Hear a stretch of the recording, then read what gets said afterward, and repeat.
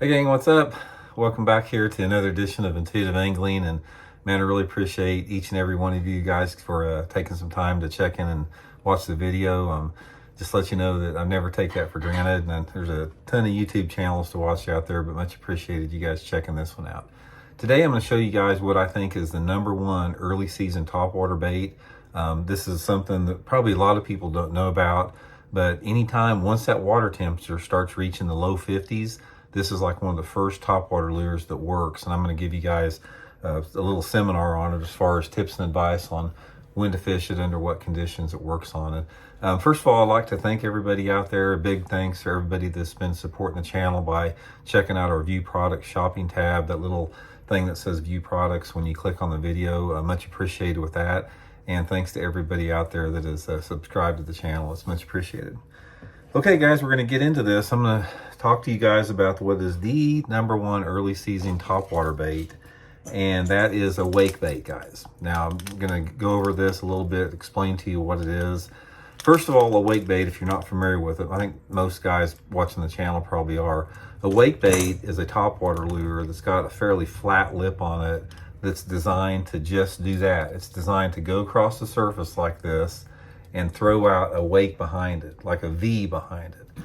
Now, the thing about this is, since you have to reel a wake bait very slow, because if you reel it too fast, that is, they'll dive underwater and it won't work. So you have to reel it really slow in order for the bait to stay on top. And that makes it a very subtle, slow bait. And that's why bass hit it in colder water than they will hit most any other topwater lure. This bait, you fish it really slow. It's designed to fish in some fairly clean water. And I'm going to explain to you guys what the ideal scenario is for it. First of all, let's talk a little bit about the bait. Here's the two that I use more than anything else. This is the old, just the old redfin. This thing's been around forever. I mean, it's just a topwater wake bait. It's jointed at the back like that. This is like one of the original wake baits. And this is becoming my favorite right here rapidly. This is the new Megabass iJack. Sort of a new version of a wake bait. And by the way, you can get all these at Baitworks. I'll put the link in the description. But the difference is the profiles. The old redfin, it's jointed, usually has a feather on the tail. It's got some fairly loud rattles in it like that. And when you reel it through the water, it displaces a little bit more water with the broken tail on it. And the single ones, there's a lot of them out there on the market right now that do not have a joint in it, like the iJack, and they're a little bit different. They're a little bit more compact, but basically they're the same thing. And the iJack, if you see, it's got that balancer or the little bead in there that clacks back and forth. So when you're reeling it through the water, that thing makes that noise just like that, and it'll bring those fish out of deep water. So first of all, let's talk a little bit about the conditions. The main thing about a wake bait when the water's cold is you've got to have almost calm conditions. At the very most, a slight little ripple on the water. But in early season, when the water's cold, like when that water temperature is still in the 50s, the bass will not bite these things if you have a chop on the water. They won't bite it. So my #1 ideal scenario, if I had to pick a set of conditions where this thing's going to work right, it would be a calm day, or it would be in an area of the lake that doesn't have a lot of wind.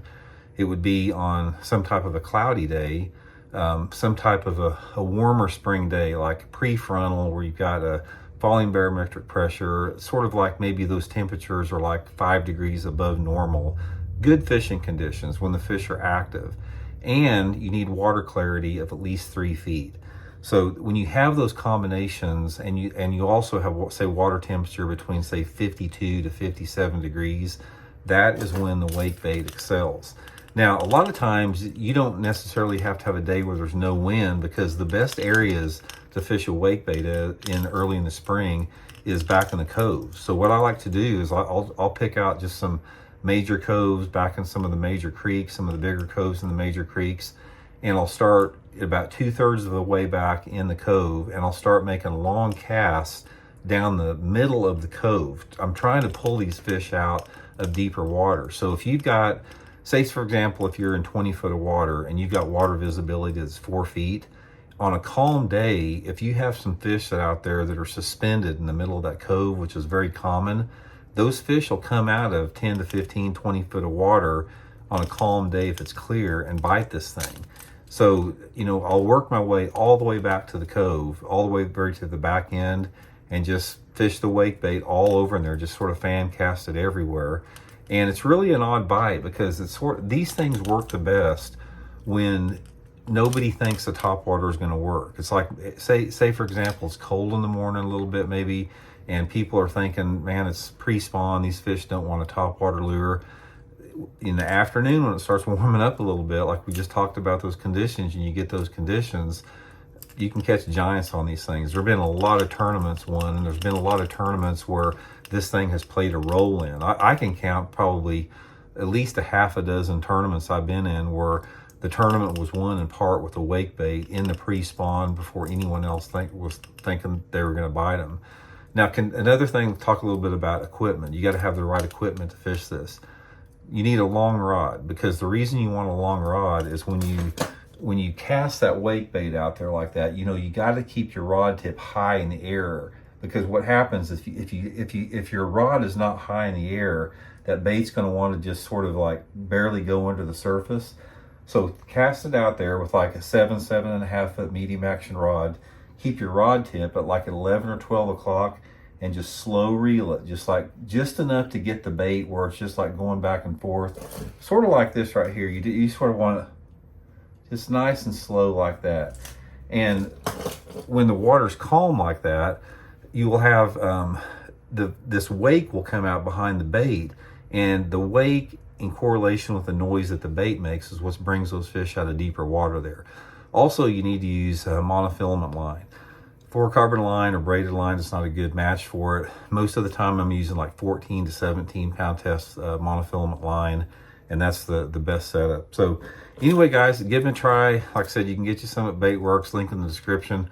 Wake bait, they're starting to work right now. You are getting in the prime time right now, because once that water temperature starts hitting around 60 degrees, they don't bite them there as well. So anyway, give it a try. I think you guys will catch some good ones with it. Talk later.